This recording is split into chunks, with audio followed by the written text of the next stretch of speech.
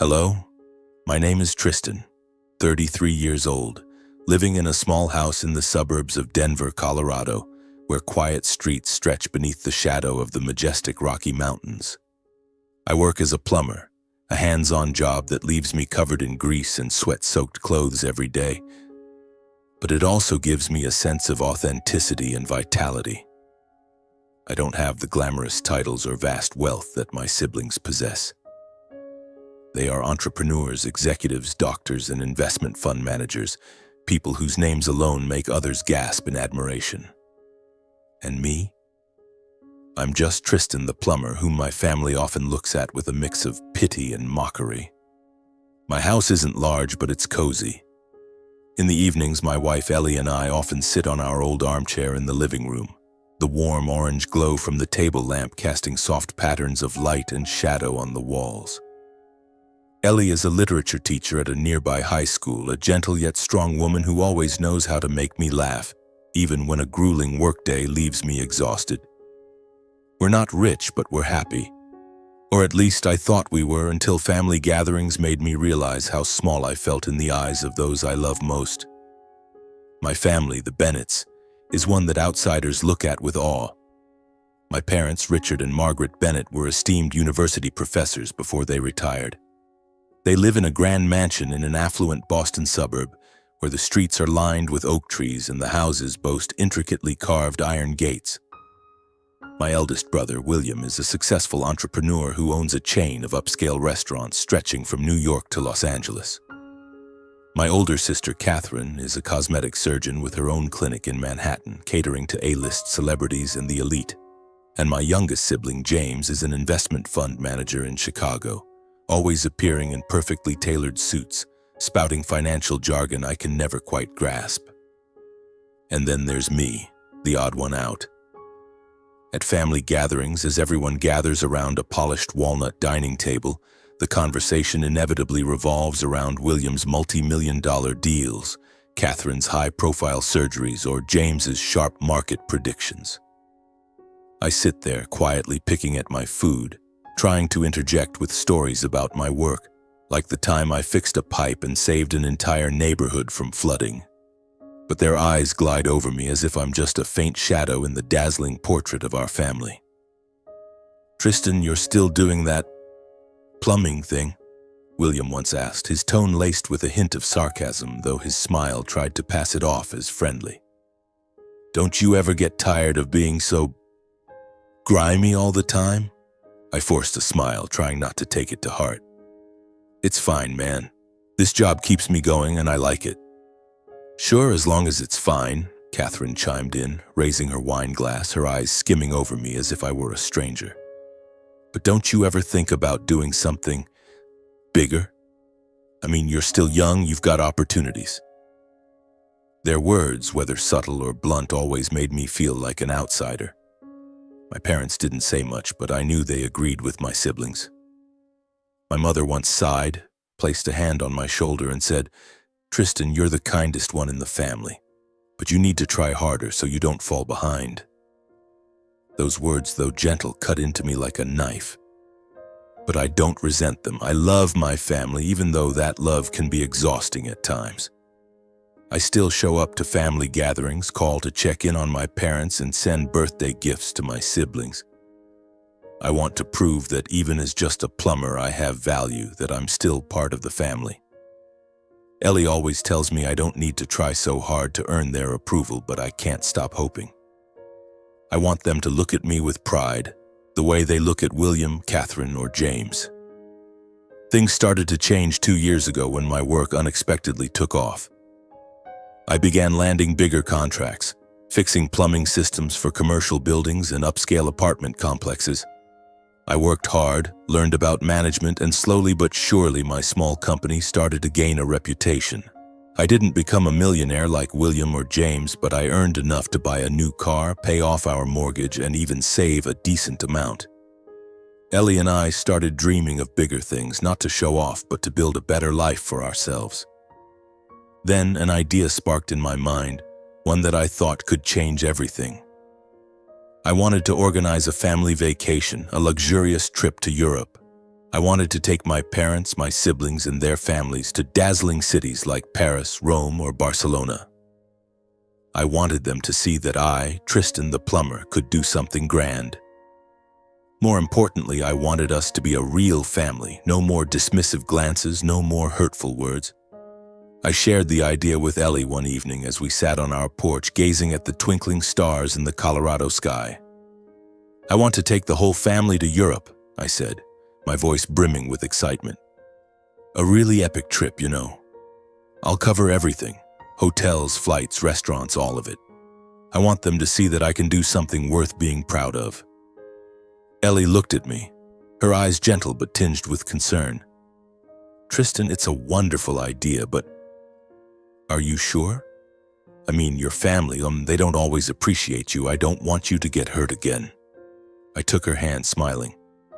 "I know, Ellie, but I want to try. I want them to see I'm not a failure. And more than anything, I want us to be a real family." Ellie sighed but nodded. "All right, if you're set on it, I'll help you plan. But you have to promise me if they hurt you again, you won't let them keep doing it." I nodded, a fire burning in my chest. I didn't know then that this decision would lead me into an emotional storm, where every value, belief, and shred of self-worth I had would be tested to its core. In the months that followed, Ellie and I dove into planning. We researched destinations, booked 5-star hotels in Paris, Michelin-starred restaurants in Rome, and private tours in Barcelona.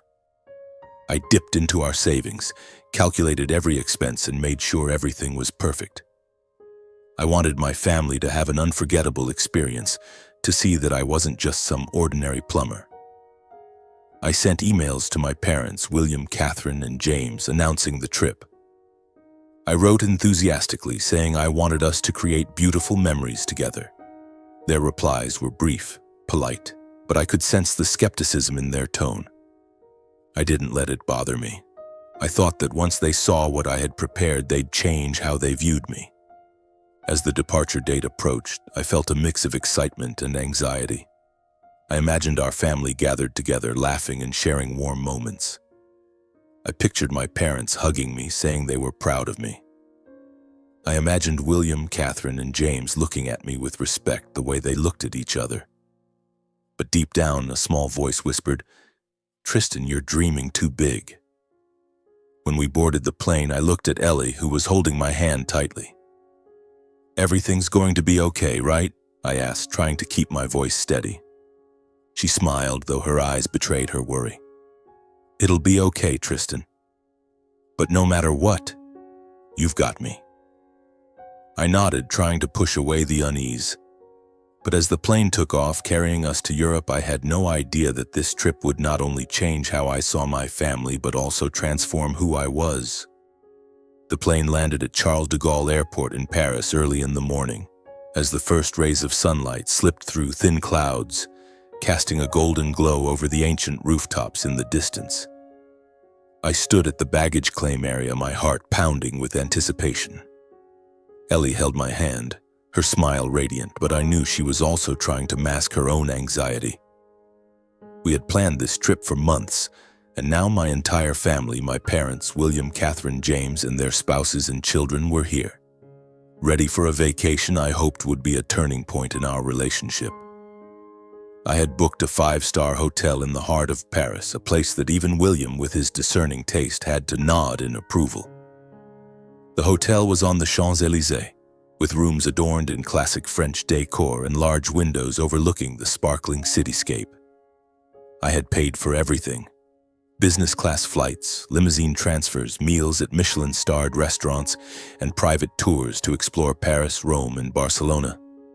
I wanted everyone to feel my generosity, not to boast, but to prove that I too could accomplish something grand, that I deserved their respect.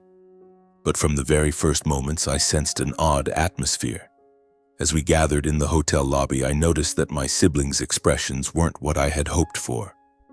William, in a sharp navy suit and polished leather shoes, was engrossed in his phone, offering only a cursory nod when I greeted him.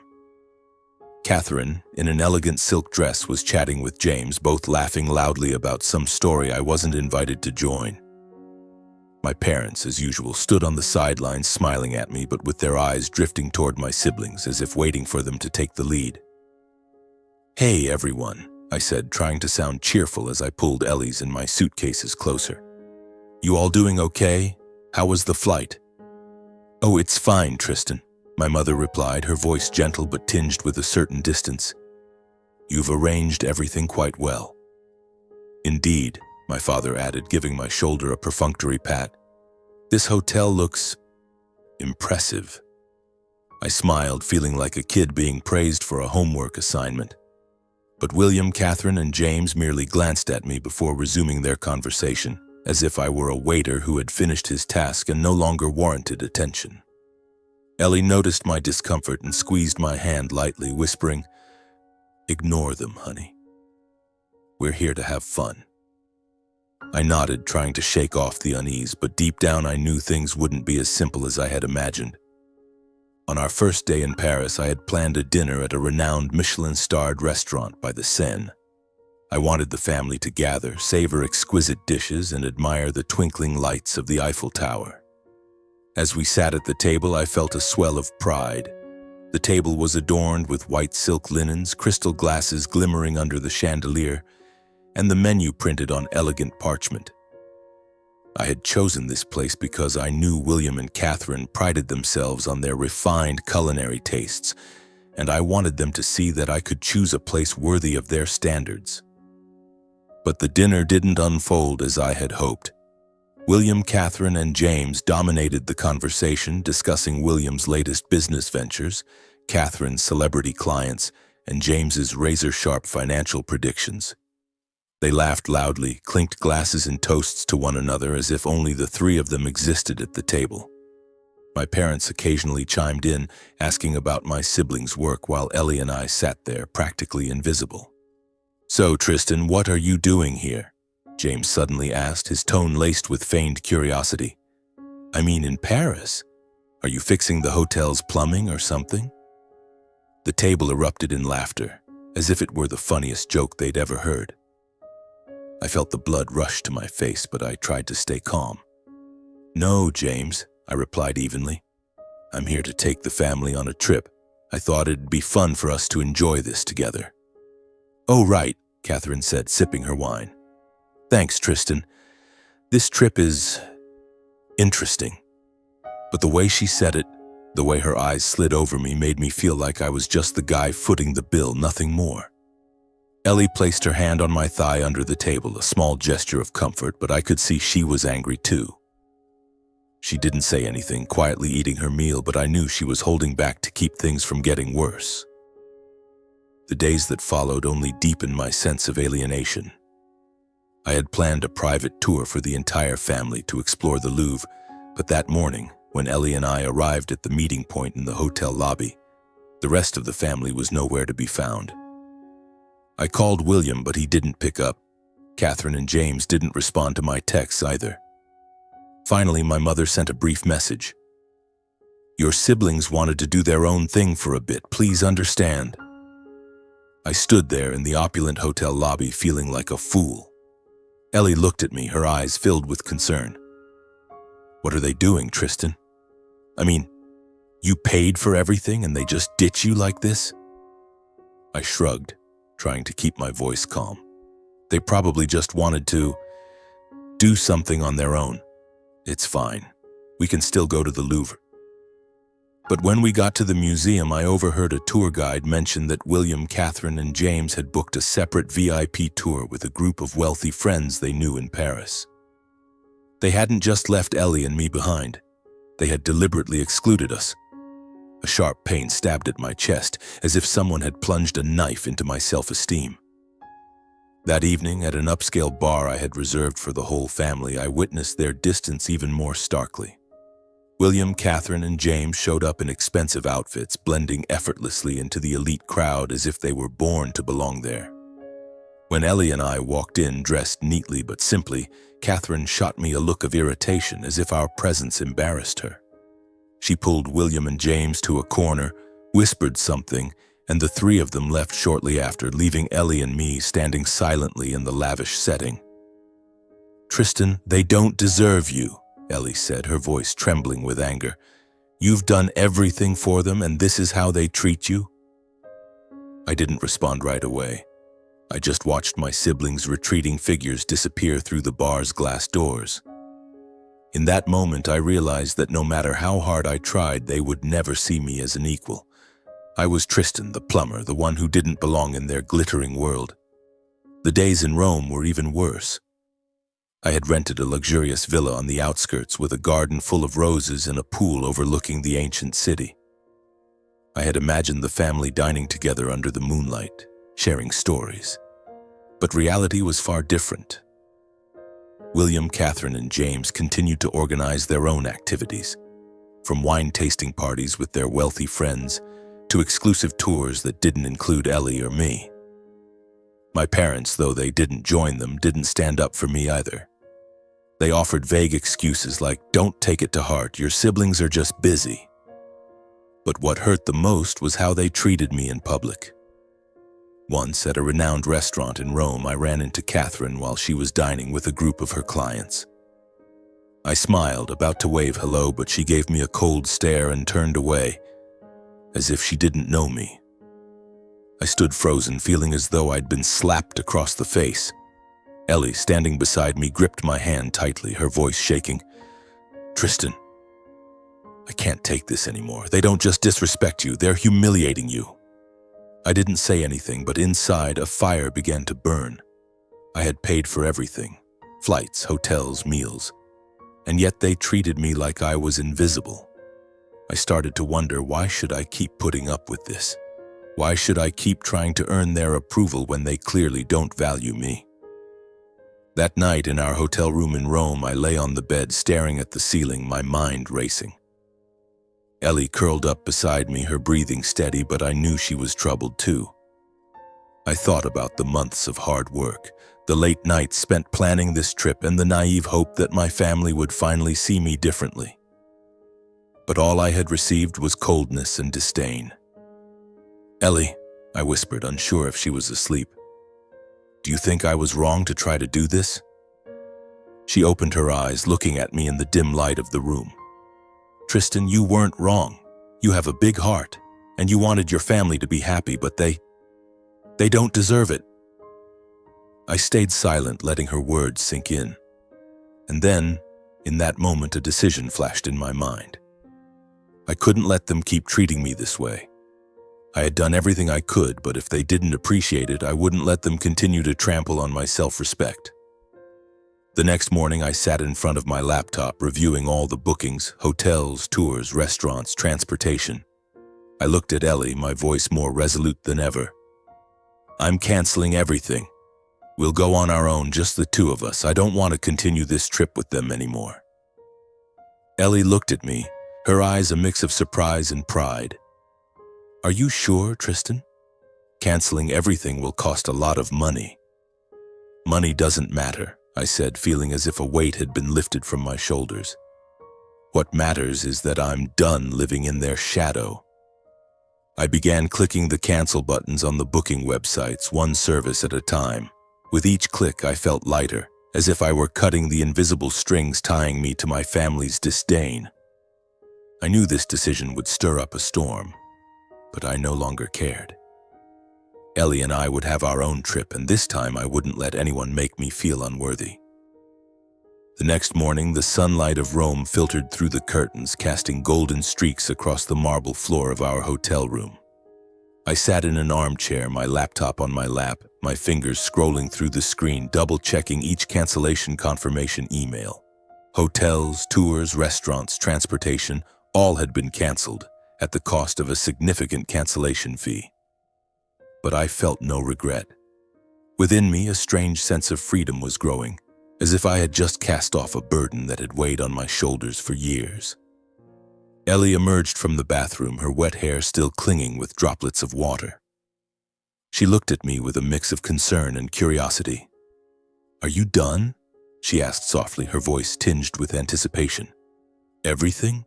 "Everything," I replied, closing the laptop and smiling. "Now it's just the two of us, Ellie. We're going to make this trip our own." She came closer, placing a hand on my shoulder, and I felt her quiet support. Are you sure, Tristan? They're going to lose it when they find out. Let them figure it out, I said, my voice more resolute than ever. I've done enough. If they don't appreciate it, that's their problem, not mine. We packed our bags and left the hotel before my family could notice. I had booked a small apartment in Florence through an app, a cozy place with a balcony overlooking the Arno River. I wanted us to start fresh, just the two of us, free from the shadow of my family's disdain or their unreasonable expectations. As the car took us away from Rome, I looked out the window, watching the ancient domes of the city fade into the distance, and a voice inside me whispered, "This is the first time you're truly free, Tristan." Meanwhile, back in Rome, my family began to realize the consequences of their choices. I wasn't there to witness it, but later, through desperate messages and calls, I pieced together the chaotic scene. William, Catherine, and James woke up in the luxurious villa, preparing for a day of sightseeing they assumed I had arranged, only to discover that everything was gone. No limousine waited at the gate, no private tours were scheduled, no tables were reserved at the Michelin-starred restaurants they had bragged about to their friends.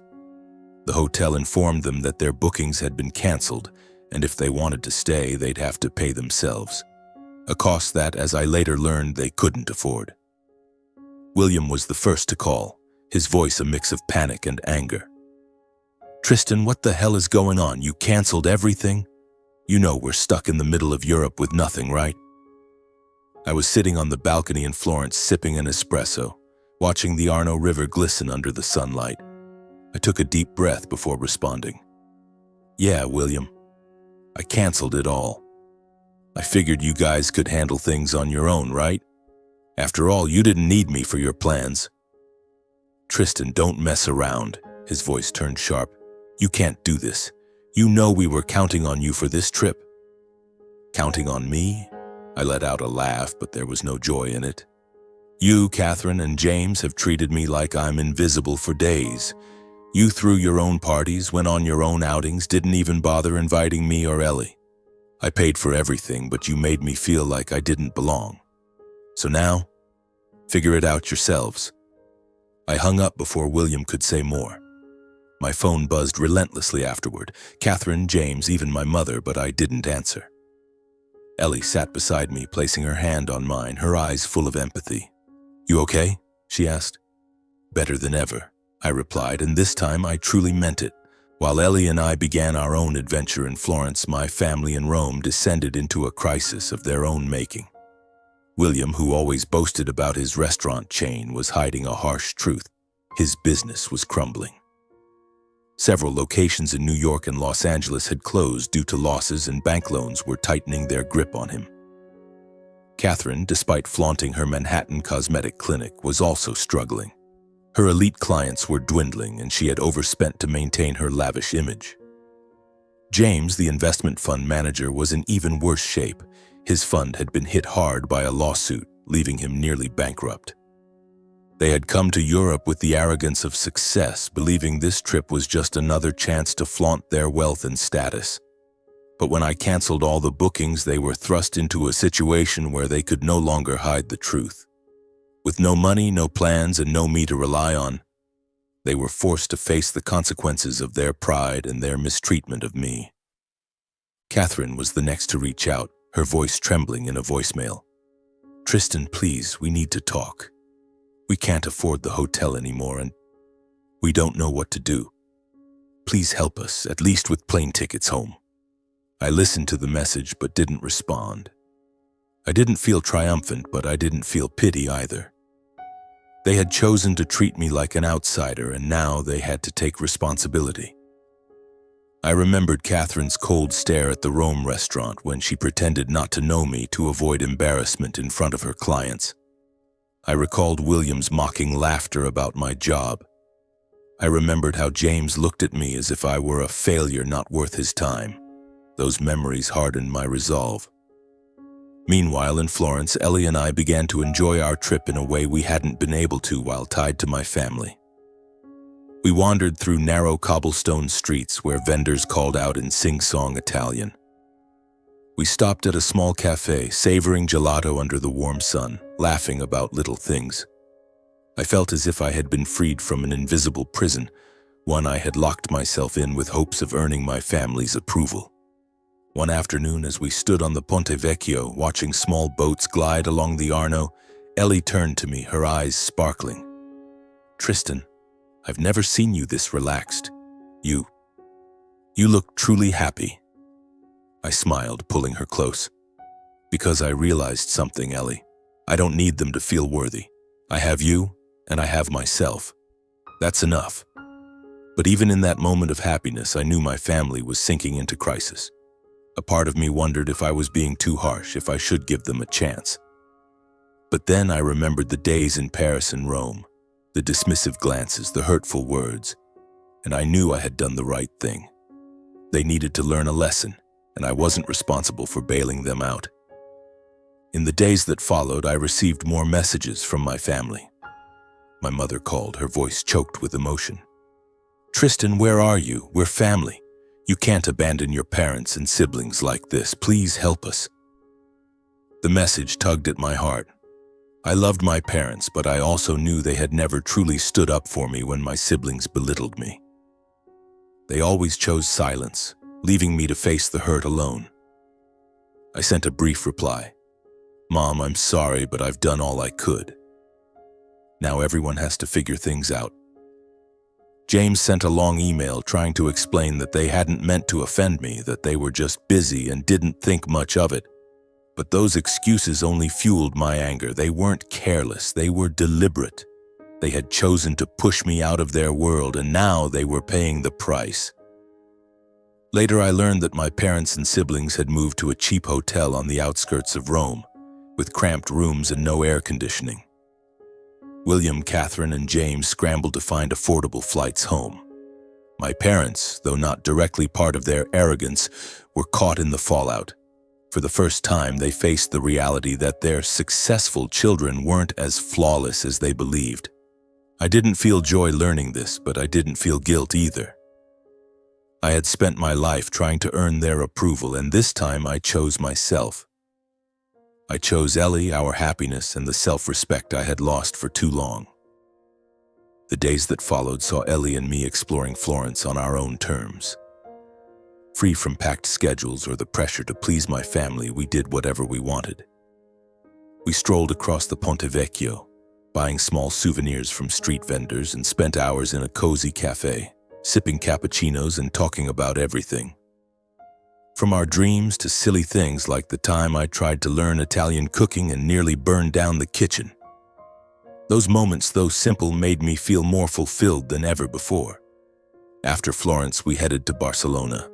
I had booked a small apartment near Barceloneta Beach where we could hear the waves crashing at night. We wandered down La Rambla, savored tapas at a quaint eatery, and even took a flamenco dance class, where my clumsiness sent Ellie into fits of laughter until tears streamed down her face. With each passing day, I realized that happiness didn't come from earning my family's approval, but from the moments I shared with the woman who truly loved me. After 2 weeks in Europe, Ellie and I returned to Denver. Our little house, with its pale blue walls and small garden full of daisies, had never felt so dear.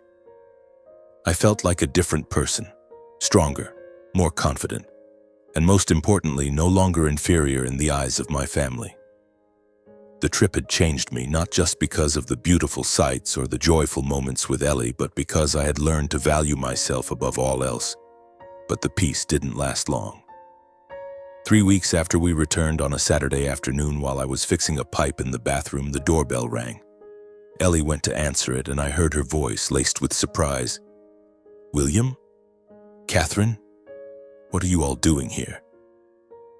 I wiped my hands on an old rag and walked into the living room to find all three of them, William, Catherine, and James, standing in the middle of my house. My parents weren't there, but my siblings' eyes were filled with a mix of anger and unease. William, always impeccably dressed, looked slightly disheveled, his hair no longer meticulously styled. Catherine, though still trying to maintain her polished appearance, couldn't hide the exhaustion in her eyes. James, the quietest of them, stood silently, but I could see his hands clenched as if holding back something. "Tristan, William spoke first, his voice stiff. "You owe us an explanation. You canceled everything in Europe, left us stranded in Rome like beggars. What do you think you're doing?" I looked at him, then at Catherine and James, who stood behind him, their eyes brimming with reproach. A part of me wanted to laugh. Here they were, the ones who always saw me as lesser, standing in my home demanding answers. But I held back, keeping my voice calm, though my heart was pounding. "I don't owe you any explanation," I said, locking eyes with William. "I paid for everything on that trip, flights, hotels, restaurants, everything. I did it because I wanted us to be a family, because I wanted you to see that I'm worth something too. But what did you do? You threw your own parties, went on your own outings, and treated me and Ellie like we were invisible. You even pretended not to know me in public because you were embarrassed. So why are you here now? To blame me for protecting my self-respect?" Catherine stepped forward, her voice trembling but still clinging to a trace of haughtiness. "Tristan, you're blowing this out of proportion. We didn't mean to hurt you. We were just busy, and we have our own connections. You can't just cancel everything and leave the whole family in a cheap hotel scrambling to find a way home." "Busy?" I let out a bitter laugh. "Catherine, you pretended not to know me at that restaurant in Rome because you were afraid I'd embarrass you in front of your clients. William, you mocked my job right at the dinner table. James, you didn't even bother talking to me like I didn't exist. You call that being busy? I call it disrespect." James, the quietest of the three, finally spoke, his voice low but sharp. "Tristan, you don't understand. We have our own pressures, our own work. You think everything's easy for us? You think we wanted to rely on you?" I looked at him, and for the first time I noticed something I hadn't seen before. Desperation in their eyes. William, Catherine, and James, who always boasted about their success, now looked so small. And then, like a flash of clarity, it hit me. "You're not okay, are you?" I asked, my voice softening. "All that bragging, William's restaurant chain, Catherine's clinic, James's investment fund, it's not what you've made it out to be, is it?" The three of them fell silent, their eyes avoiding mine.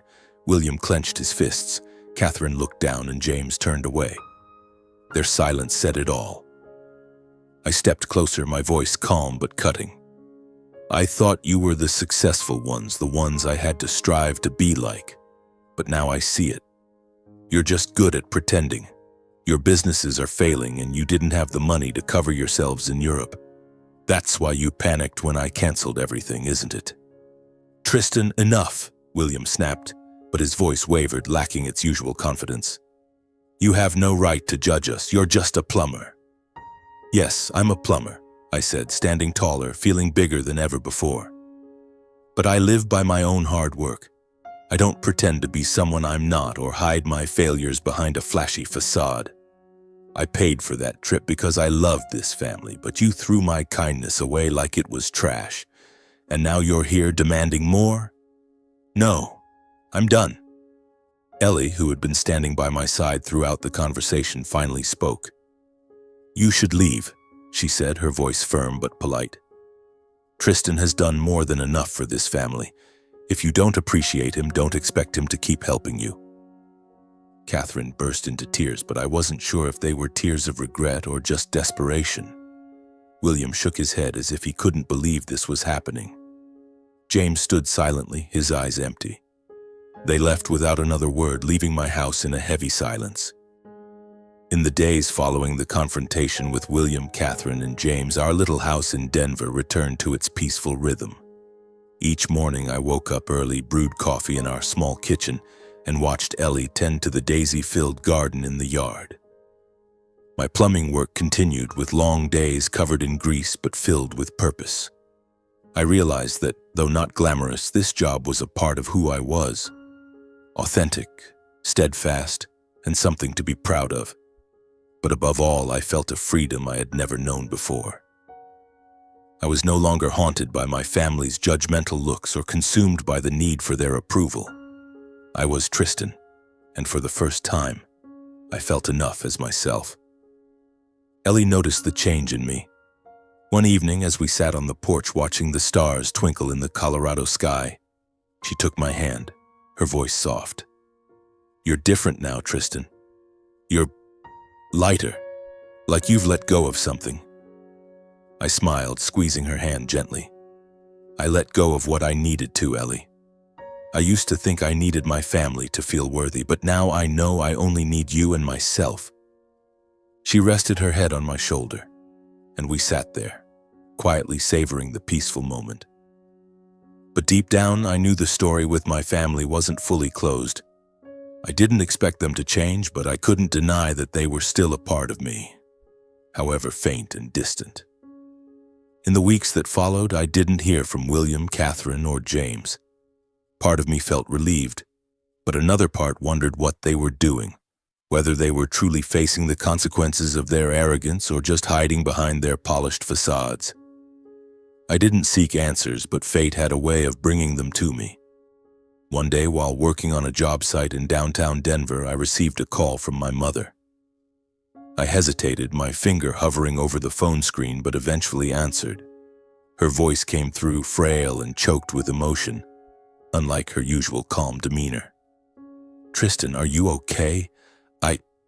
I just want to talk to you." I sat down in a corner of the job site, wiping sweat from my forehead, and responded, "I'm fine, Mom. How about you?" She was silent for a moment, then sighed. "I'm not okay, Tristan. Things are tough. Your siblings, they're not what I thought they were." I listened as she recounted what had happened. William, whose restaurant chain was once his pride, had declared bankruptcy.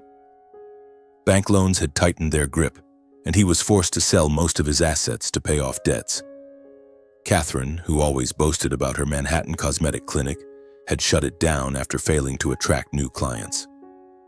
She moved back in with my parents in Boston, trying to start over but failing. James, the investment fund manager, lost his job after the lawsuit and was now working for a small company with a modest salary. They, who once stood at the pinnacle of success, were now mere shadows of their former selves. "They won't admit it, but I know they regret it," my mother said, her voice trembling. "They were wrong to treat you the way they did, Tristan. I was wrong too. I didn't protect you, didn't stand up for you when your siblings belittled you. I'm sorry." Her apology caught me off guard. I felt a pang in my chest, not out of anger, but because I realized my mother too was a victim of misguided expectations about success. But I didn't let my emotions take over. "Mom, thank you for saying that," I replied calmly. "But I can't go back to how things were. I did everything I could for the family, but I can't keep living to please everyone. I need to live for myself." My mother cried over the phone, but I knew she understood. Before hanging up, she said something I'd never forget. "You're my strongest child, Tristan. I only wish I'd realized it sooner." That call was the last I heard from my family for a long time. I didn't know if William, Catherine, or James ever reflected on themselves or learned anything from what happened. Perhaps they continued living in their arrogance, trying to rebuild their polished images. Perhaps they changed, even just a little. But I no longer cared. They were no longer the center of my world. Ellie and I carried on with our life in Denver. My plumbing business thrived, taking on bigger contracts, and I began hiring more employees. Ellie was promoted to head of the literature department at her school and started writing a book, a story about self-respect and liberation, inspired by our own lives. We dreamed of new trips, not to prove anything, but to experience the world on our own terms. One evening, as we sat in the living room, the warm orange glow of the table lamp casting light on the walls, I pulled out a small notebook I had kept during our Europe trip. In it, I had written thoughts, emotions, and lessons I had learned. I reread a line I wrote in Florence. "Your worth isn't in how others see you, but in how you see yourself." Ellie looked at me, smiling. "What are you thinking about?" "The biggest lesson I've learned," I replied, closing the notebook, "that I don't need my family to feel worthy. I don't need their approval or their praise. I just need to be true to myself and to have you by my side." She hugged me, And in that moment, I knew I had found true happiness. Not in extravagant trips or grand successes, but in the peace of my soul, in genuine love, and in the self-respect I had reclaimed. My story didn't end with a triumphant victory or a dramatic reconciliation with my family. It ended in quietness, in learning to put myself above others' expectations. William, Catherine, and James, with their arrogance and pretense, faced the consequences of their own choices. They struggled in Europe not because I canceled the bookings, but because they had built their lives on lies and bravado. I didn't feel triumphant, but I didn't feel guilty either. They chose their path and I chose mine. The greatest lesson I learned wasn't just about self-respect, but about realizing that family isn't always where you find love and respect. Sometimes you have to create your own family, not by blood, but with those who truly value you. For me, that was Ellie, who stood by me even when I doubted myself. I don't know what the future holds. Maybe one day I'll see my family again and we'll talk. Not as strangers, but as people who have learned to respect one another. But if that day never comes, I'm okay with it. I've found my path and I'll keep walking it with Ellie by my side, with the confidence and freedom I've reclaimed.